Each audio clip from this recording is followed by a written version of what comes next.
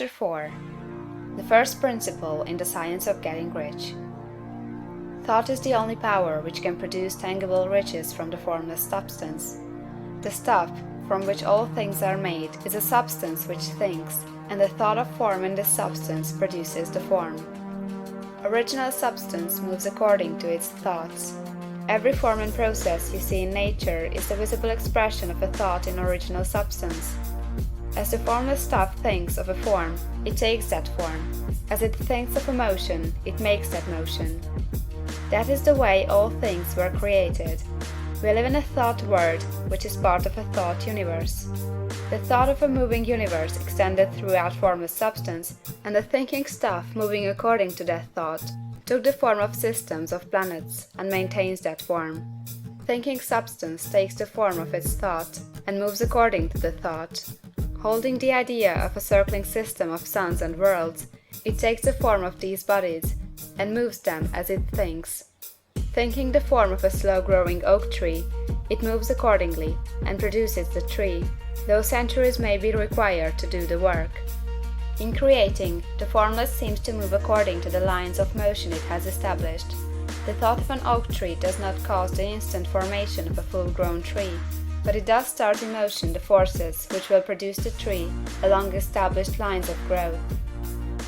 Every thought of form, held in thinking substance, causes the creation of the form, but always, or at least generally, along lines of growth and action already established.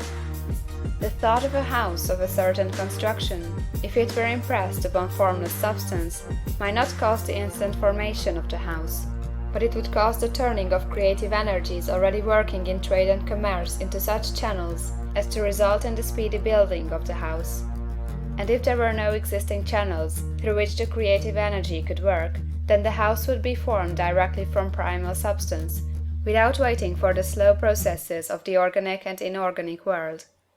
No thought of form can be impressed upon original substance without causing the creation of the form. Man is a thinking center, and can originate thought. All the forms that man fashions with his hands must first exist in his thought. He cannot shape a thing until he has thought that thing. And so far man has confined his efforts wholly to the work of his hands.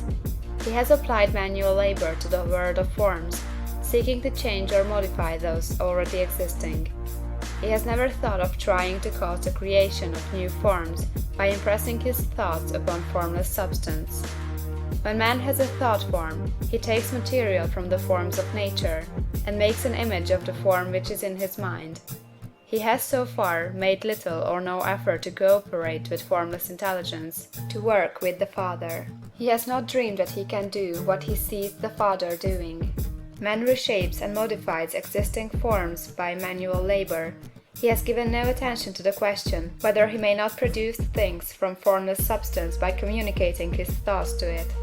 We propose to prove that he may do so, to prove that any man or woman may do so, and to show how. As our first step, we must lay down three fundamental propositions. First, we assert that there is one original formless stuff, or substance, from which all things are made. All the seemingly many elements are but different presentations of one element. All the many forms found in organic and inorganic nature are but different shapes, made from the same stuff. And this stuff is thinking stuff. The thought held in it produces the form of the thought. Thought, in thinking substance, produces shapes. Man is a thinking center, capable of original thought. If man can communicate his thought to original thinking substance, he can cause the creation or formation of the thing he thinks about. To summarize this, there is a thinking stuff from which all things are made, and which, in its original state, permeates, penetrates, and fills the interspaces of the universe. A thought in this substance produces the thing that is imaged by the thought. Man can form things in his thought, and, by impressing his thought upon formless substance, can cause the thing he thinks about to be created. It may be asked if I can prove these statements, and without going into details, I answer that I can do so, both by logic and experience. Reasoning back from the phenomena of form and thought, I come to one original thinking substance, and reasoning forward from this thinking substance, I come to man's power to cause the formation of the thing he thinks about. And by experiment, I find the reasoning true, and this is my strongest proof. If one man who reads this book gets rich by doing what it tells him to do, that is evidence in support of my claim. But if every man who does what it tells him to do gets rich, that is positive proof until someone goes through the process and fails. The theory is true until the process fails, and this process will not fail, for every man who does exactly what this book tells him to do will get rich. I have said that men get rich by doing things in a certain way, and in order to do so, man must become able to think in a certain way. A man's way of doing things is the direct result of the way he thinks about things. To do things in a way you want to do them, you will have to acquire the ability to think the way you want to think. This is the first step toward getting rich. To think what you want to think is to think truth, regardless of appearances. Every man has the natural and inherent power to think what he wants to think, but it requires far more effort to do so than it does to think the thoughts which are suggested by appearances. To think according to appearance is easy. To think truth regardless of appearances is laborious, and requires the expenditure of more power than any other work man is called upon to perform. There is no labor from which most people shrink as they do from that of sustained and consecutive thought. It is the hardest work in the world. This is especially true when truth is contrary to appearances. Every appearance in the visible world tends to produce a corresponding form in the mind which observes it, and this can only be prevented by holding the thought of the truth. To look upon the appearance of disease will produce the form of disease in your own mind, and ultimately in your body, unless you hold the thought of the truth, which is that there is no disease. It is only an appearance, and the reality is health. To look upon the appearances of poverty will produce corresponding forms in your own mind, unless you hold to the truth that there is no poverty. There is only abundance. To think health when surrounded by the appearances of disease, or to think riches when in the midst of appearances of poverty, requires power. But he who acquires this power becomes a mastermind. He can conquer fate. He can have what he wants. This power can only be acquired by getting hold of the basic fact which is behind all appearances, and that fact is that there is one thinking substance from which and by which all things are made. Then we must grasp the truth that every thought held in this substance becomes a form, and that man can so impress his thoughts upon it as to cause them to take form and become visible things.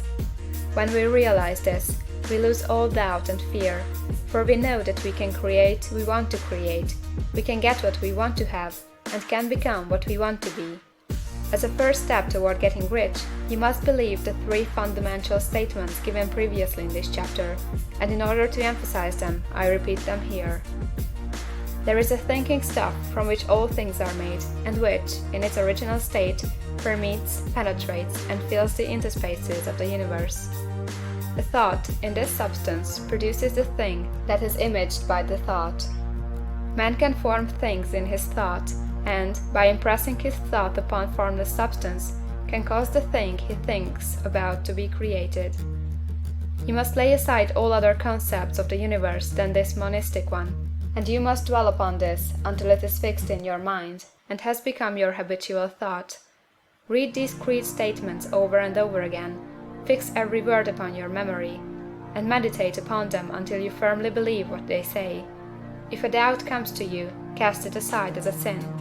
Do not listen to arguments against this idea. Do not go to churches or lectures where a contrary concept of things is taught or preached. Do not read magazines or books which teach a different idea. If you get mixed up in your faith, all your efforts will be in vain. Do not ask why these things are true, nor speculate as to how they can be true. Simply take them on trust. The science of getting rich begins with the absolute acceptance of this faith. End of chapter 4.